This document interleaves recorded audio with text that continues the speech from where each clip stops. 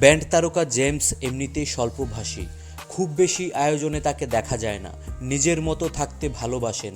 দেশের ব্যান্ড সঙ্গীত ইতিহাসের অন্যতম জনপ্রিয় এই তারকা, তবে এবার যেন তিনি নীরবতা ভাঙলেন, নিজের মতো করে শিক্ষার্থীদের আন্দোলনে সাড়া দিলেন। ফেসবুকে লিখলেন আরেক ব্যান্ড তারকা পার্থ বড়ুয়া। কোটা সংস্কার আন্দোলনে ছাত্রদের দাবিতে শিক্ষার্থীদের আন্দোলনে উত্তাল সারা দেশ। অফলাইন ও অনলাইনে আন্দোলনে শিক্ষার্থীদের সমর্থন দিয়েছেন বিনোদন অঙ্গনের অনেক তারকা। তবে এই আন্দোলন নিয়ে এবারই প্রথম নিজেদের মতো করে সাড়া দিলেন জেমস ও পার্থ। শিক্ষার্থীদের উপর হামলা ও হত্যার প্রতিবাদে অনেকেই ফেসবুক ওয়ালে প্রোফাইল ও কভার ফটোতে লাল রং দিয়ে রেখেছেন। সেই তালিকায় যোগ দিয়েছেন জেমস। আজ বৃহস্পতিবার লাল রঙের মাঝখানে বাংলাদেশের মানচিত্রের একটি ছবি ফেসবুকে পোস্ট করেছেন নগর বাউল খ্যাত জেমস।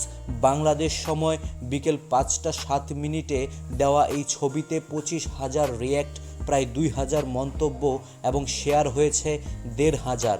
একই দিনে সোলস ব্যান্ডের প্রধান পার্থ বড়ুয়া ফেসবুকে লিখেছেন, আর কিন্তু চুপ থাকা উচিত হবে না মনে হচ্ছে। ভোর 5টায় দেওয়া এই মন্তব্যে এখন পর্যন্ত 18,000 রিয়্যাক্ট এসেছে। মন্তব্য জমা হয়েছে 2,600 শতাধিক, শেয়ার হয়েছে 1,600 বার।